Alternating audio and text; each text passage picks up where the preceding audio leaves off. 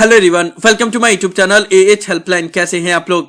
ये वीडियो बनाने का मकसद वो सभी स्टूडेंट जो पहली बार इग्नू में एग्जाम देने जा रहे हैं उनको एक इंपॉर्टेंट चीज से अवेयर कराना है, जिसके बारे में आप लोगों को जानना बहुत जरूरी है। आप लोग वीडियो को ध्यान से और कंप्लीट जरूर देख लीजिएगा। बहुत इंपॉर्टेंट जानकारी आप लोग को मैं इस वीडियो में देने वाला हूं। वीडियो पसंद आए तो वीडियो को लाइक करना बिल्कुल मत भूलिएगा और इसी तरह से ट्रस्टेड और ऑथेंटिक इन्फॉर्मेशन पाने के लिए मेक श्योर आप लोग चैनल को जरूर सब्सक्राइब कर ले। और किसी भी तरह के डाउट के लिए आप लोग मुझे कभी भी कॉल करके अपना डाउट क्लियर कर सकते हो।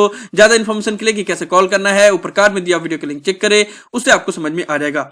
एग्जाम के दौरान मैं ये वीडियो इसलिए बना रहा हूं ताकि आप लोग के दिमाग में ये चीज रहे और आप लोग ये गलती ना करें। खासकर वो सभी स्टूडेंट जो इग्नू में पहली बार एग्जाम देने जा रहे हैं, उनको इस बात की जानकारी नहीं है कि इग्नू में अनफेयर मीन केस नाम की भी चीज होती है और इस चीज को इग्नू बहुत सीरियसली लेता है और हर साल हजारों स्टूडेंट के ऊपर अनफेयर मीन केस इंपोज किया जाता है। अब आपके दिमाग में आ रहा होगा ये अनफेयर मीन केस है क्या। देखो, एग्जामिनेशन हॉल में अगर आप किसी भी गलत तरीका से एग्जाम दे रहे हो, चीटिंग कर रहे हो, कॉपिंग कर रहे हो, तो उसको बोला जाता है अनफेयर मीन केस। ये अदर यूनिवर्सिटी में उतना स्ट्रिक्टली ये रूल को फॉलो नहीं किया जाता है, या फिर अगर आप अनफेयर मीन केस में पकड़े जाते हो तो कुछ देर के लिए आपका पेपर आपके पास रखा जाता है, फिर आपको रिटर्न कर दिया जाता है। लेकिन इग्नू में अगर आप इन सभी चीजों में अगर इन्वॉल्व पाए जाते हो तो आपके ऊपर एक केस इंपोज होता है जिसका नाम है अनफेयर मीन केस। ठीक है, तो इसके बारे में मैं आप लोगों को बता रहा हूं, ध्यान से देखिएगा। सबसे पहले अगर अनफेयर मीन केस आपके ऊपर लगता है तो आपका रिजल्ट ही डिक्लेयर नहीं होता है और आपका रिजल्ट होल्ड पे रख दिया जाता है। आपका 6 मंथ या 1 ईयर लॉस हो जाता है।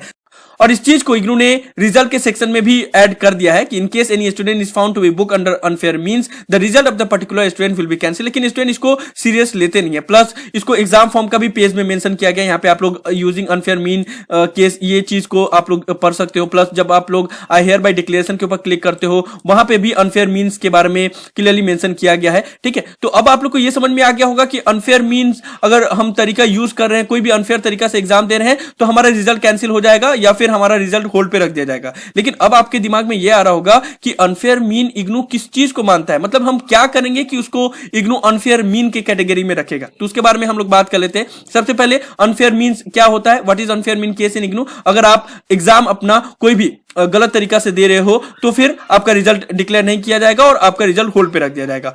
सबसे पहला रीजन जिसकी वजह से आपके ऊपर अनफेयर मीन केस लगता है वो है कॉपिंग करना। अगर आप अपने फ्रेंड के आंसर शीट से सेम टू सेम कॉपी करते हो तो आपके ऊपर अनफेयर मीन केस लगता है और आपके फ्रेंड के ऊपर भी अनफेयर मीन केस लगता है, क्योंकि जो एग्जामिनर है उनको ये नहीं पता कि आपने अपने फ्रेंड से कॉपी किया या आपके फ्रेंड ने आपसे कॉपी किया, इसीलिए दोनों को ही अनफेयर मीन केस लगता है। लेकिन कॉपी करना मीन्स सेम टू सेम अगर कॉपी किया आपने, जैसा उसने लिखा है वैसा ही आपने लिखा, वो समझ में आ जाता है एग्जामिनर को।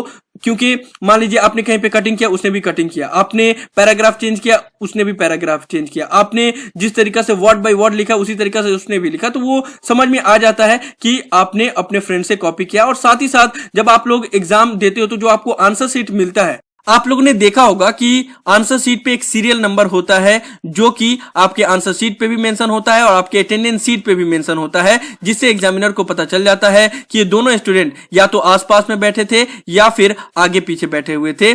इसीलिए उनको समझ में आ जाता है कि आपने कॉपी किया होगा एक दूसरे से या नहीं। तो इसीलिए एग्जामिनर को धोखा देने की कोशिश मत करना और यही कोशिश करना कि आप लोग को कॉपी नहीं करना है और किसी को भी कॉपी करने भी नहीं देना है और सेम टू सेम तो बिल्कुल भी नहीं करना है, नहीं तो दोनों फंसोगे, दोनों के ऊपर भी अनफेयर मीन केस लग सकता है। ठीक है, बच गए तो बच गए। अगर एग्जामिनर ने नहीं देखा तब तो कोई बात नहीं है, लेकिन अगर देख लिया या उस चीज को नोटिस कर दिया कि हाँ दोनों ने कॉपी किया है तो आपके ऊपर अनफेयर मीन केस लगता है। और सबसे ज्यादा अनफेयर मीन केस इसी रीजन की वजह से ही लगता है। अगर मान लो 100 स्टूडेंट को अनफेयर मीन केस लगा है तो 80 स्टूडेंट को इसी रीजन से ही लगता है। और इस चीज से स्टूडेंट बिल्कुल अवेयर रहते हैं, खासकर वो सभी स्टूडेंट जो पहली बार एग्जाम देने जा रहे हैं, उनको पता भी नहीं रहता है कि अनफेयर मीन केस नाम का भी कोई चीज होता है इग्नू में। ठीक है, तो ये गलती बिल्कुल भी मत करना। दूसरा जो रीजन है जिसकी वजह से अनफेयर मीन केस लगता है, ये आप लोग को बेहतर पता होगा। अगर आप चीटिंग करते हुए पकड़े गए या फिर अगर आपने मोबाइल फोन लेके एग्जाम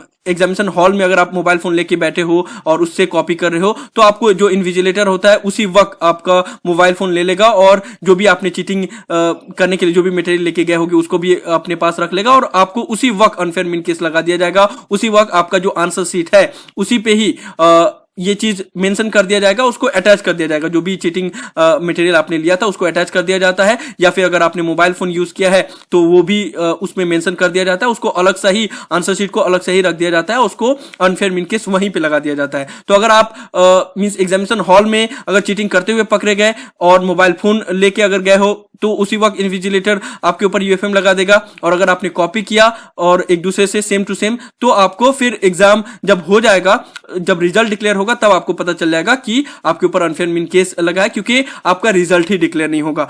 आप लोगों को जान के हैरानी होगी कि 2015 में इग्नू ने 19,000 स्टूडेंट के ऊपर अनफेयर मीन केस लगाया था, जो कि बहुत ज्यादा है। उसके बाद भी 1000 ऑफ स्टूडेंट के ऊपर अनफेयर मीन केस लगता है, लेकिन इग्नू कोई डेटा जारी नहीं करता है। लेकिन 2015 में जारी किया गया था कि 19,000 स्टूडेंट के ऊपर अनफेयर मीन केस लगा है। देखो, बहुत से स्टूडेंट हैं जो अनफेयर मीन में हमेशा ही इन्वॉल्व होते हैं, हर साल ही। इस बार भी जो एग्जाम कंडक्ट करवाए जा रहे हैं, दो ही दिन अभी एग्जाम कंडक्ट करवाया गया, लेकिन इतने सारे सेंटर से रिपोर्ट मिलते आ रहे हैं कि वहां पे स्टूडेंट चीटिंग में पकड़े गए हैं या कोई मोबाइल लेके बैठा हुआ था तब पकड़ा गया है। तो इनके ऊपर तो अनफेयर मीन केस डेफिनेटली लगेगा। इनफैक्ट जो अभी प्रीवियस सेशन में एग्जाम हुए हैं, जो कोविड के टाइम पे एग्जाम कंडक्ट करवाया गया था, उसमें भी काफी स्टूडेंट के ऊपर अनफेयर मीन केस लगा था। मुझे खुद स्टूडेंट ने कांटेक्ट किया था, ठीक है। तो ये बहुत ज्यादा ही होता है, लेकिन जितने भी न्यू स्टूडेंट हैं उनको मुझे बताना ये जिम्मेदारी है कि आप अनफेयर मीन केस में ना पड़े। आपको ये सारा चीज करने की जरूरत नहीं है। आप ऑनेस्ट तरीका से एग्जाम दे और अनफेयर मीन केस के चक्कर में ना पड़े, नहीं तो आपका रिजल्ट भी होल्ड पे रख दिया जाएगा और आपके घर पे ये लेटर आएगा जो आप लोग के स्क्रीन के ऊपर नजर आ रहा है, जिसमें आप लोग को बताया जाएगा कि आपके ऊपर अनफेयर मीन केस लगा है, किस रीजन की वजह से लगा है, वो भी चीज यहाँ पे बता दिया जाएगा। कि देखो, जैसे मैंने बताया कि ज्यादातर स्टूडेंट का कॉपी करने से ही अनफेयर मीन केस लगता है, तो यहाँ पे आपको बता भी दिया जाएगा कि किस वजह से आपके ऊपर अनफेयर मीन केस लगा है, that you have copied from another student. और जिस स्टूडेंट से आपने कॉपी किया है उनको भी यही लेटर जाएगा और वहां पे आपका एनरोलमेंट नंबर लिखा रहेगा और आपके पास आपके फ्रेंड का एनरोलमेंट नंबर लिखा रहेगा। उसके बाद से आपको बताया जाएगा कि अब इस अनफेयर मीन केस को हटाने के लिए आपको क्या क्या करना है। तो उसमें आपको मींस रिपोर्ट करना पड़ता है, दिल्ली जाना पड़ता है। दिल्ली जाके अनफेयर मीन केस का एक कमिटी होता है, उसके सामने पेश होना पड़ता है और आपको अपॉलॉजी करना पड़ता है, या आपको अपने आप को डिफेंड करना पड़ता है कि आपने कॉपी किया है या नहीं किया। हालांकि उनके पास आपका आंसर शीट रहता है, तो आपको तो जाके डायरेक्ट अपॉलॉजी करना होता है, ठीक है। तो यहाँ पे सारा चीज लिखा होता है कि आपको क्या क्या करना है। उसके अलावा आप अगर नहीं जा पाए तो आप लेटर लिख के अपॉलॉजी भी कर सकते हैं। तो ये सारा चीज होता है। तो इन सभी चीजों के चक्कर में पड़ना ही नहीं है। सिंपल ऑनेस्ट तरीका से एग्जाम दो ताकि आपको ये सभी प्रॉब्लम ना फेस करना पड़े। हालांकि जब आप या तो कमिटी के सामने पेश हो जाते हो या फिर अपॉलॉजी लेटर लिख देते हो तो फिर आपके ऊपर से अनफेयर मीन केस हटा दिया जाता है और फिर आपके पास एक लेटर आता है कि आपके ऊपर से अनफेयर मीन केस हटा दिया गया है और आपने जो एग्जाम दिया था उसको कैंसिल कर दिया गया है। मतलब जो पेपर में आपका अनफेयर मीन केस लगा था उस पेपर को कैंसिल कर दिया गया, आप दोबारा एग्जाम दे सकते हैं। सो इसलिए आप लोग फेयर तरीका से एग्जाम दो ताकि आप लोग को ये सभी प्रॉब्लम झेलना ना पड़े। तो यही सब था इस वीडियो में, क्योंकि इस बार लाखों स्टूडेंट फर्स्ट टाइम इग्नू में एग्जाम देने जा रहे हैं, तो उनको ये सभी जानकारी देनी जरूरी थी, क्योंकि उनको पता ही नहीं है कि इग्नू में अनफेयर मीन केस नाम का भी चीज होता है और ये सभी कंडीशन पे भी अनफेयर मीन केस लगाया जाता है और आपका रिजल्ट कैंसिल हो जाता है और रिजल्ट होल्ड पे रख दिया जाता है और ये सारा कंसिक्वेंस आपको झेलना पड़ता है ताकि आप लोग ये गलती ना करें। तो यही सब था इस वीडियो में। मुझे उम्मीद है कि आप लोग को वीडियो पसंद आया होगा। इस वीडियो को लाइक जरूर कर दे, सभी फ्रेंड के साथ शेयर करें ताकि उनको भी ये सभी इंफॉर्मेशन पहुंच पाए। किसी भी तरह के डाउट के लिए आप लोग नीचे कमेंट बॉक्स में लिख सकते हैं या मुझे डायरेक्टली कॉल करके भी अपना डाउट क्लियर कर सकते हो। अगर आप लोग चाहें तो एएच हेल्पलाइन चैनल को सभी सोशल मीडिया प्लेटफॉर्म पे फॉलो कर सकते हो। इंस्टाग्राम, टेलीग्राम, ट्विटर सभी पे मैं अवेलेबल हूं। सभी का लिंक डिस्क्रिप्शन में दिया हुआ है। So thank you so much for watching this video. Have an awesome day. Thank you so much.